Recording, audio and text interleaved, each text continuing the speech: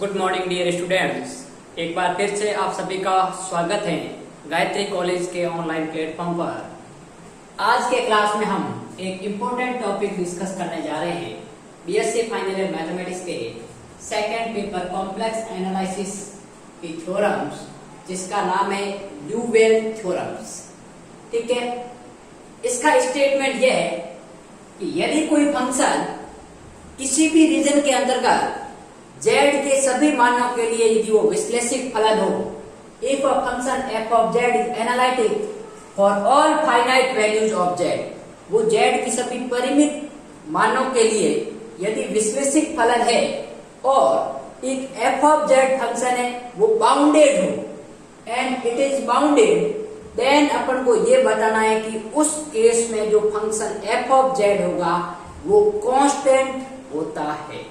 ठीक है, अब देखिए, मान लीजिए अपन कोई रीजन ले लेते हैं आपके पास में। मैं सबसे पहले आपको एक बात बता देता हूं, उसने कहा है कि f ऑफ z है वो बाउंडेड है। ठीक है, तो अपन यहां पर इसके सॉल्यूशन या प्रूफ की बात करें यदि,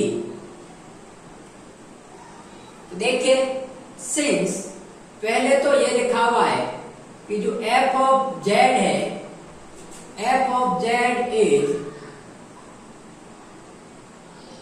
analytic for all finite values of z, all finite values of z। ठीक है, एंड क्या कहा है आपके पास में, and f of z is bounded।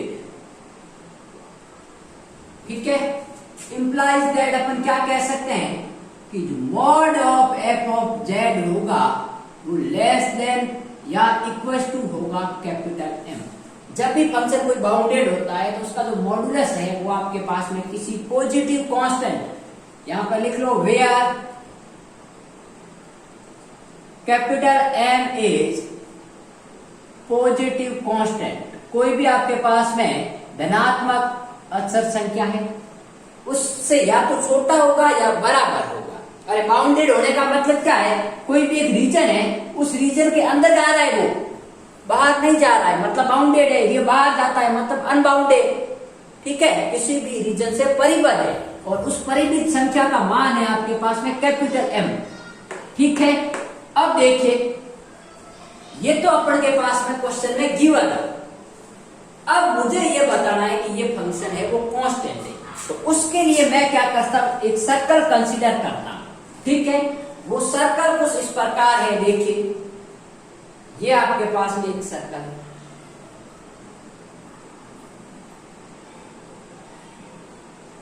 ठीक है, जिसकी रेडियस है वो वेरी लार्ज है, आपके पास में इनफाइनाइट की तरफ टेंस कर रही है। मैं ऐसा सर्कल कंसीडर कर रहा हूं जिसकी जो रेडियस है, ठीक है, ऐसे मान सकते हो आप या फिर इस प्रकार मान सकते हो।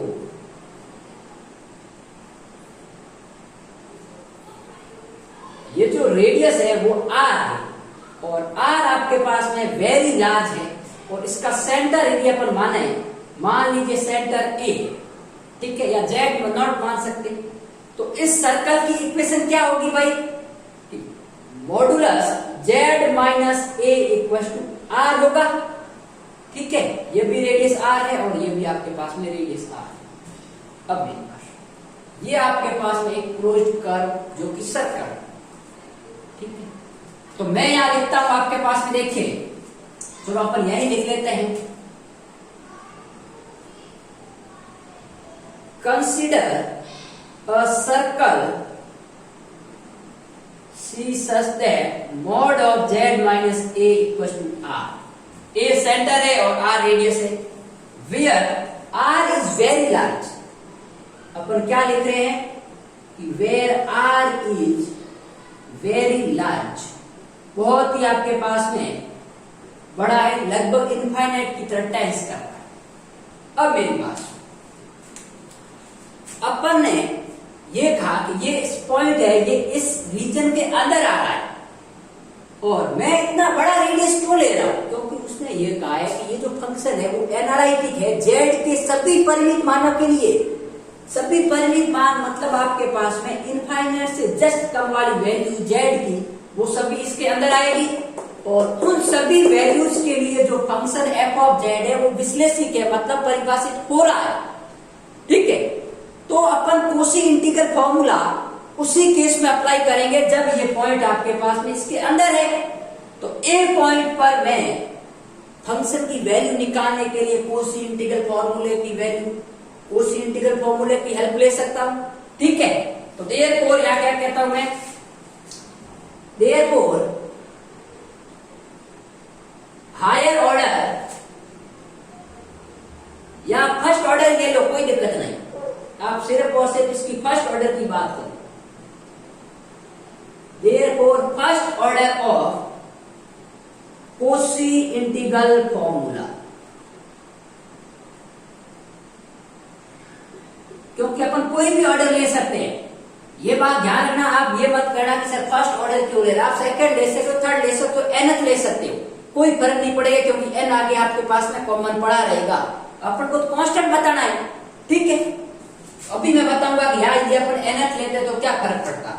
तो अपने पास में क्या फॉर्मूला होता है भाई, कि जो एफ डैश ए आता है वो आता है 1 factorial upon 2 pi iota integration over closed curve which is circle f of z upon z minus a की पावर 2 इंटू डी जेड। ठीक भाई, ये तो हुआ।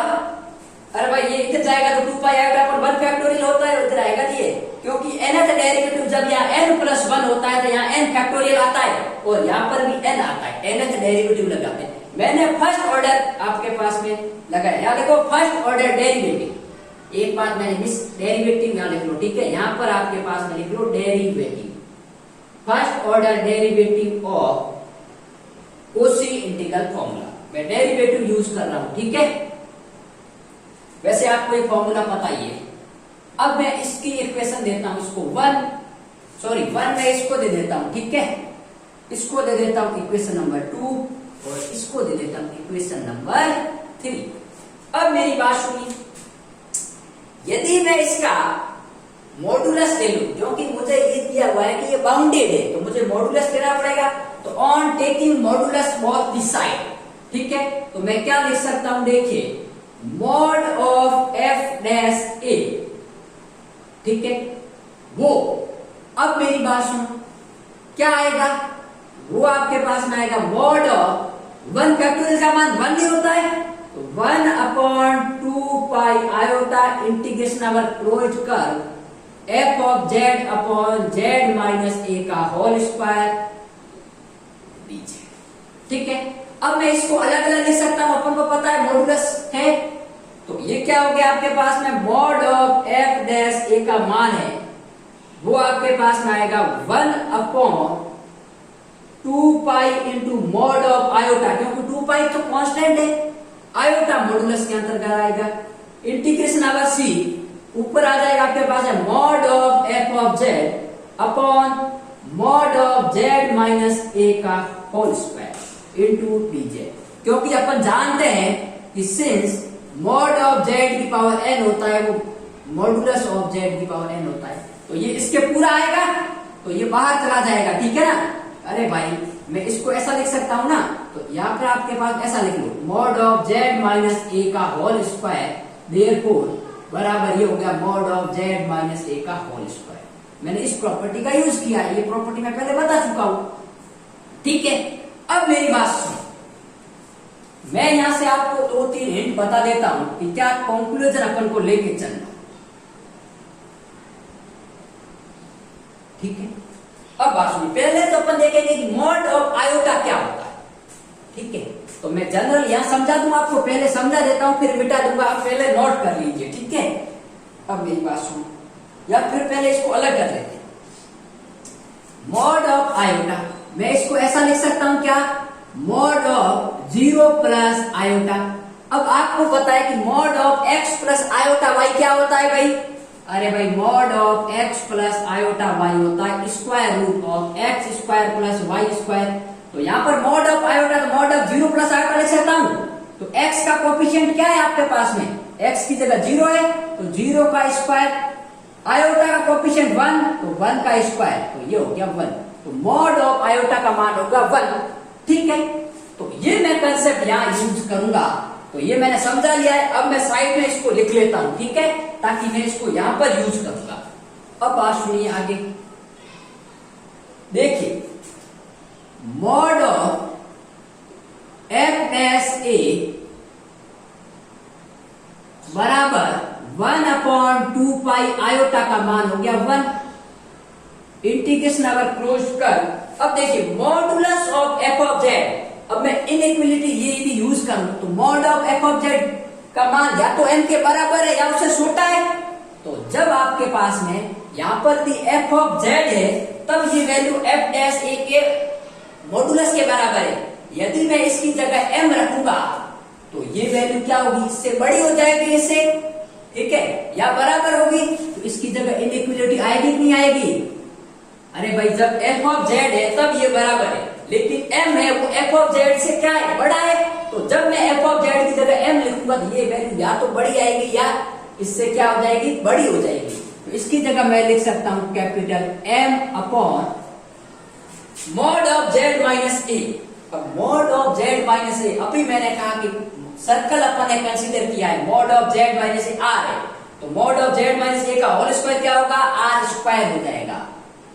और ये हो जाएगा आपके पास, सॉरी यहां पर भी मॉडुलस आएगा, मॉडुलस ऑफ डीजेड, ठीक है।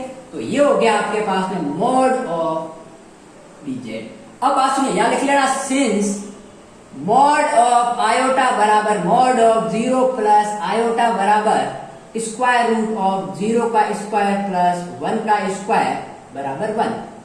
अब मेरी बात सुनो, यहां पर आपके पास ध्यान रखना, आप एक स्टेप बढ़ा सकते हो। पहले क्या लिखोगे, पहले स्टेप ये लिखोगे mod of z minus a का होल स्क्वायर, फिर स्क्वायर को बाहर निकालना, ताकि आपको ये कंसेप्ट यहां लिखने की जरूरत नहीं पड़े। अब बात सुनिए, यहां तक समझ में आ गया?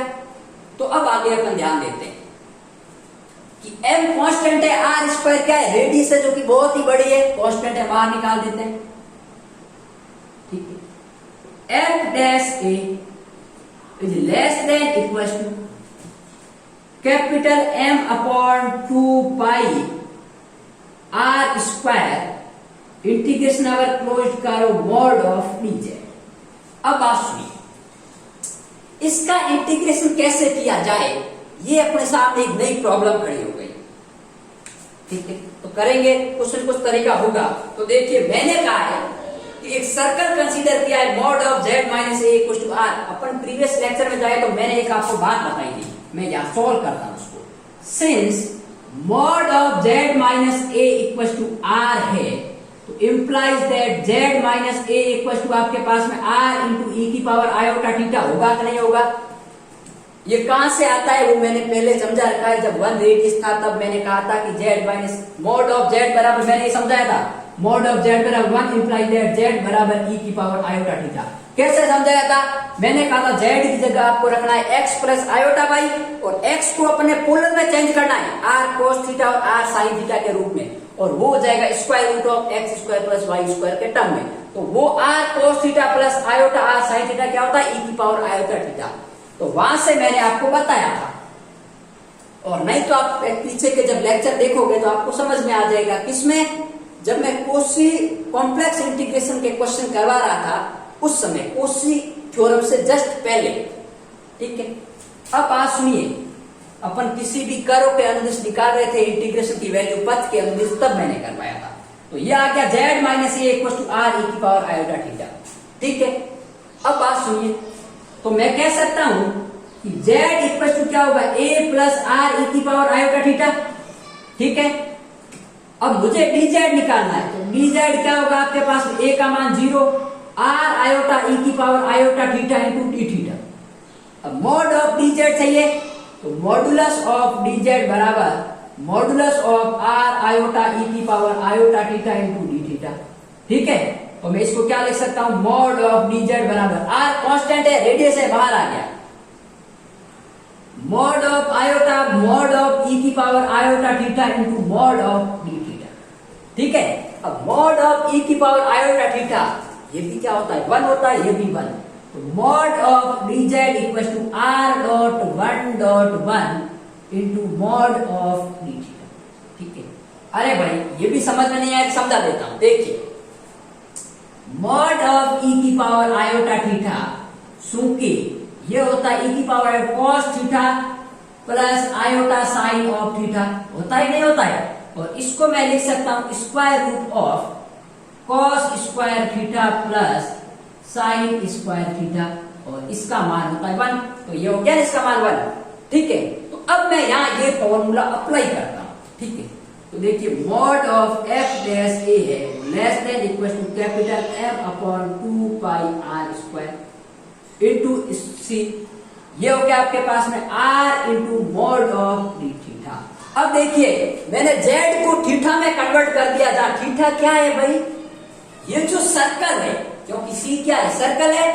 ये सर्कल एक पॉइंट से स्टार्ट होकर वापस आपके पास में इसी पॉइंट पर आने पर जो एंगल बन रहा है थीटा, हो सकता है किसी इस डायरेक्शन में यहां पर बन रहा हो थीटा, यहां पर बन रहा हो, लेकिन थीटा आपके पास में पूरे सर्कल के अंदर में जब यहां से स्टार्ट होकर वापस यहां आता हूं तो थीटा का मान कहां से कहां तक चेंज होता है, 0 से 2 पाई।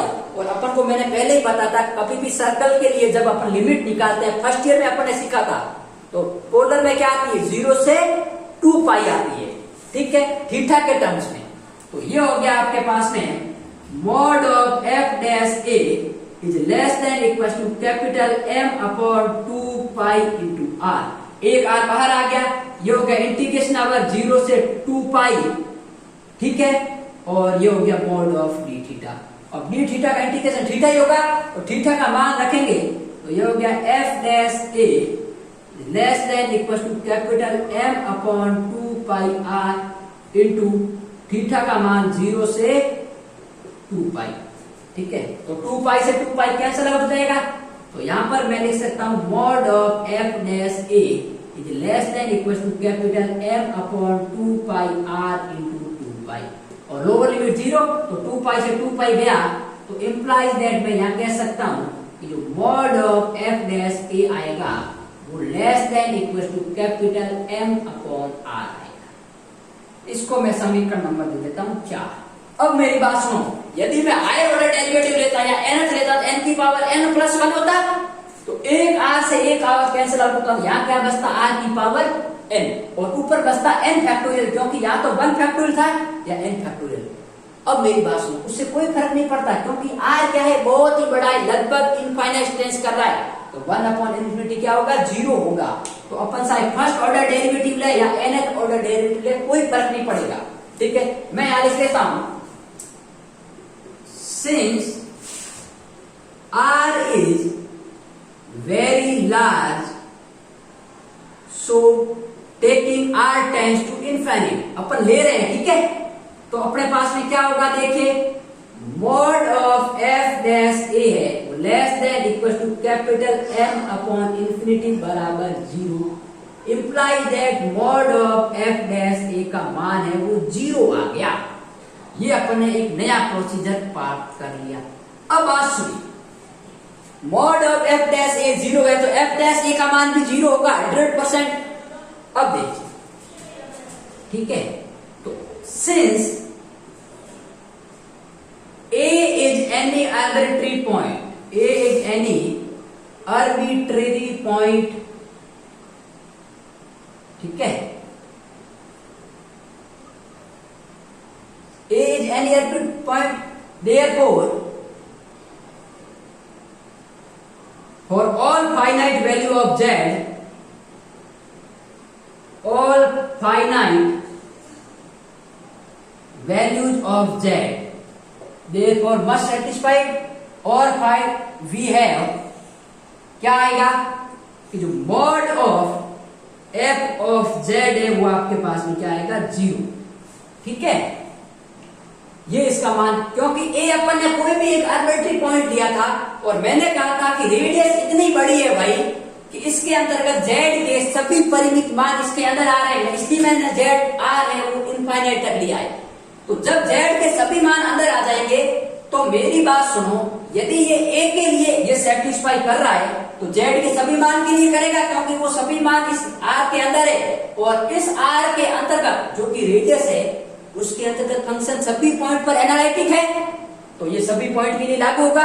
अब अपन को पता है कि यदि एफ डैश है, जेड है वो 0 है, implies that F of Z बराबर आपके पास में क्या आ गया, कांस्टेंट आ गया। अरे भाई यदि कोई फंक्शन का डेरिवेटिव 0 है तो उसका अपन फंक्शन क्या होगा, कांस्टेंट होगा, तभी तो डेरिवेटिव 0 होगा, ठीक है। तो ये अपन को प्रूफ करना था फंक्शन इज कांस्टेंट। अरे भाई ऐसे कि कभी भी फंक्शन का एफ ऑफ जेड का मान सी है तो एफ डैश जेड निकालेंगे तो क्या होगा, 0 होगा कि नहीं होगा, और कोई भी 0 इसका इंटीग्रेशन करेंगे तो कोई कांस्टेंट आएगा, तो ये अपन जानते हैं। तो ये थी अपनी लीबेल्यू थ्योरम, जो कि बड़ी इंपॉर्टेंट है, एग्जाम में कई बार आ चुकी है। तो आपको बस कंसेप्ट ध्यान में रखते हुए करना है। अलग अलग बुक में इसके जो प्रूफ है वो अलग अलग किए हुए, ठीक है। मुझे सबसे सिंपलेस्ट प्रूफ ये लगा, इसलिए मैंने आपको ये बताया है। तो आपको ध्यान रखते हुए एक एक टॉपिक को क्लियर करते हुए इसको कंसेप्ट को क्लियर करना है। कल के लेक्चर में अपन पॉइसन इंटीग्रल फॉर्मूला के ऊपर का बात करेंगे।